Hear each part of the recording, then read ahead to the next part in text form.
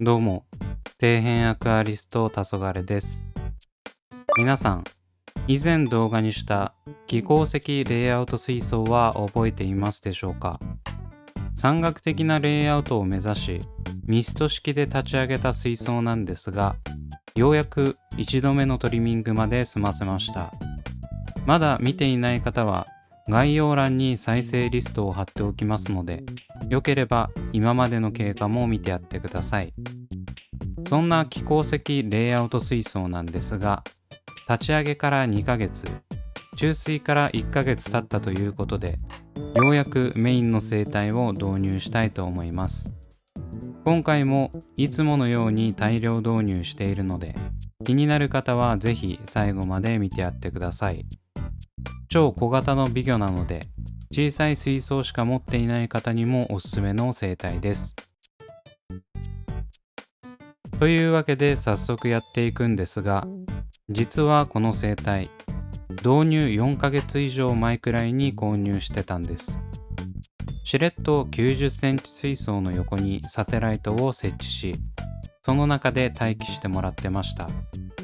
結構な時間いてもらいましたが、ほとんど落ちることもなく、今まで元気に過ごしています。ちなみに購入先はいつものアクアライズです。ここは本当に安くて、送料も無料になるんでおすすめです。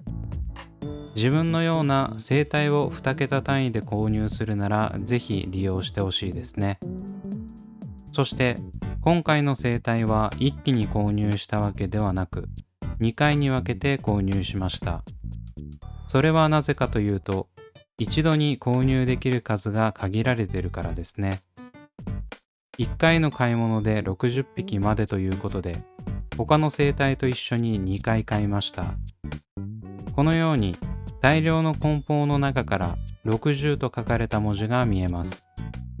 いつものように90センチ水槽で水温合わせを行った後、うちにあるプラケやバケツを総動員して水合わせをしていきます。まだこの時は寒い時期で、ちゃんと届くか心配だったんですが、いつも通り無事に届きました。中身を開けると元気に泳いでくれてます。すべての袋を開封した後は、バケツを一列に並べ、点滴法で水合わせです。続いて第2陣です。こちらは1陣目の2週間後くらいに購入しました。この時も無事に届いてくれています。先ほどと同じ手順で水温合わせを行い、開封後点滴法をしました。というわけで、4ヶ月間温めておいた生態を紹介していきます。今回紹介する生態はこちら、ボララスブリジッタイです。価格は30匹で2280円。安い。1匹70円は安すぎる。ボララスブリジッタイなんて自分の通ってるショップでは2、300円くらいしますからね。マジでお買い得でした。この30匹セットを2つ、計2回購入したということで、合計120匹のボララスブリジッタイがいます。やはり100匹超えてなんぼです。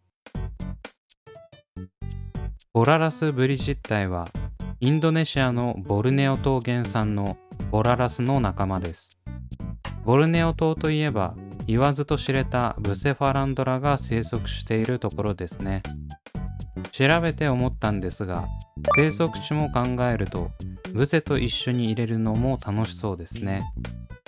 代表的なボララスの仲間では、だいぶ前に紹介したボララスマキュラータなどが有名ですよね。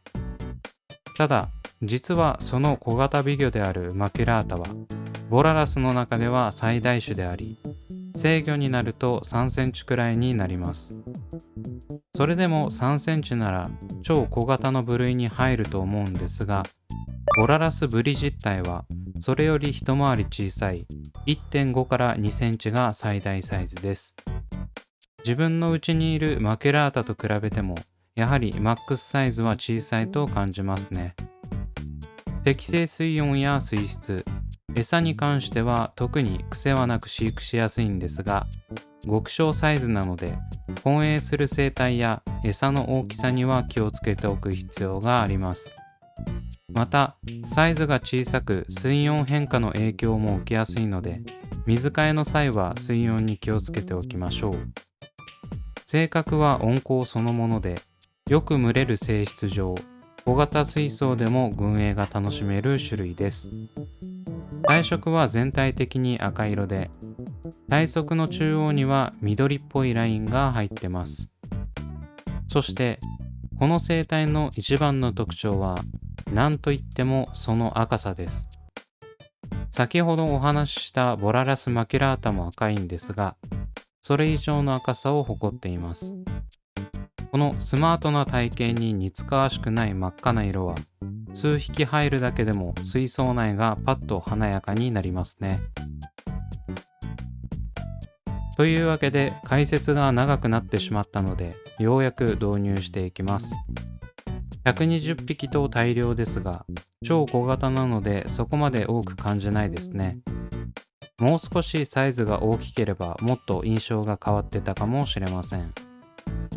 クラゲを傾けると水流に流されてどんどん出ていきました。というか強制的に出してますね。導入直後の映像がこちら。4ヶ月間飼育はしていたんですが、ずっとサテライトの中にいたので色は飛んでます。若干赤くなってる個体もいますが、まだまだこんなもんじゃありません。入ってすぐは隅の方に固まって泳いでます。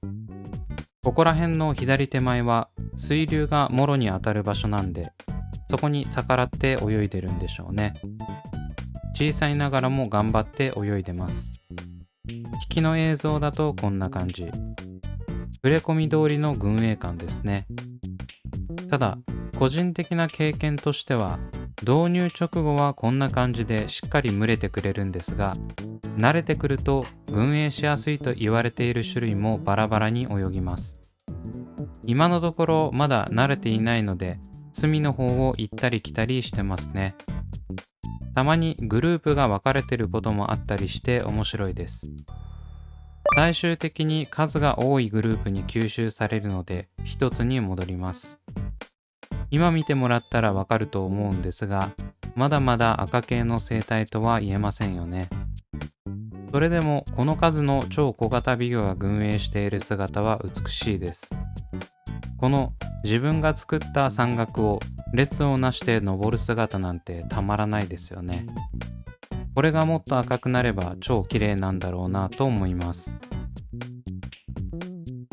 それから1ヶ月半後の状態がこちらです。大変申し訳ないんですが、この水槽でブリ実体にフォーカスを当てて撮影している映像がなく、遠目からの映像になってしまいました。最近は自分と同系色のルドビジアスーパーレッドの周りに隠れて過ごしている個体が多いです。あの群泳の面影はなく、ひっそりと隠れてる頻度が高いですね。これだとなかなかブリ実体の魅力が伝わりにくいので、過去に撮影した真っ赤に染まったブリ実体の映像をご覧ください。使用している照明は RGB ライトです。赤系の水草や生態は RGB ライト下ではとんでもない発色になりますが、このブリ実体はご覧の通り、その中でも群を抜いてます。オスの方が赤くなりやすいのか、赤の度合いには個体差があります。それでもこれだけ真っ赤に染まる個体がいるのはすごいですよね。これが 1.5 センチ程度の魚なんだから驚きです。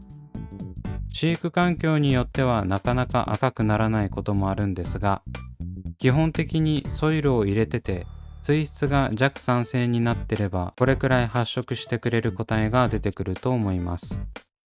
ただ RGB ライトかそうでないかでだいぶ見え方が変わるので、赤系の生態をメインで導入する方はぜひ RGB ライトも検討してみてください。そんな感じで飛行石レイアウト水槽のメイン生態はボララスブリ実体となりました。